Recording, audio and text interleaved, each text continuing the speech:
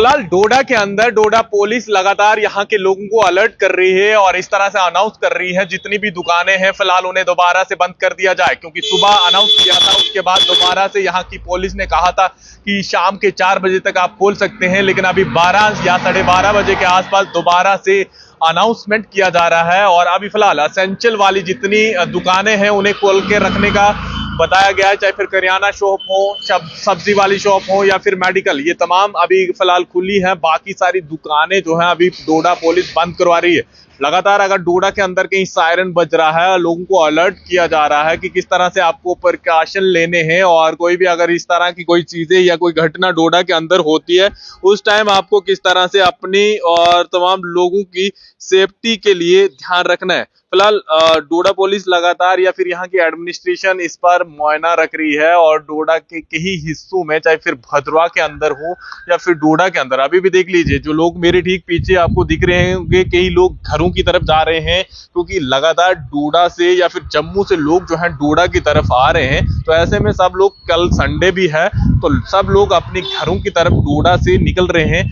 तो कहीं ना कहीं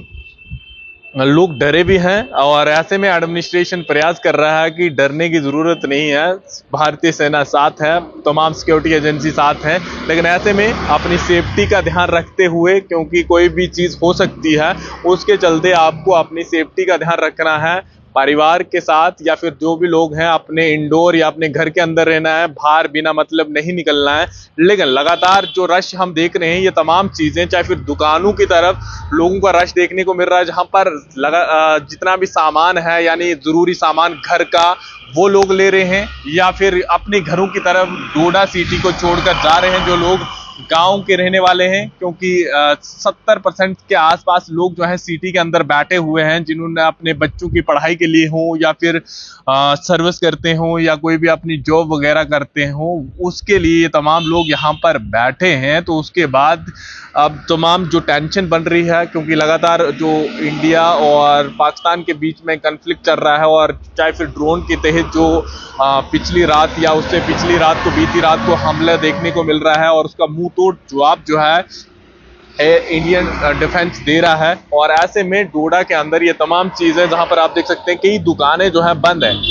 इनके शटर बंद दिख रहे होंगे आपको। इनमें से जो जरूरी दुकानें हैं, असेंशियल सर्विस, और मेरे ठीक पीछे आपको बस सर्विस भी आपको देखने को मिल रही होगी, जो बस सर्विस अलग अलग रूट के लिए चल रही है, चाहे फिर यहाँ से जम्मू की तरफ या फिर जम्मू से डोडा की तरफ आ रहे हैं। तो ऐसे में अगर कोई भी अलर्ट जारी करती है, और फिलहाल इसी तरह का अलर्ट जारी किया है कि फिलहाल अपनी दुकानें बंद रखिए और अपने घरों के अंदर रहें, और असेंशियल जहां पर भी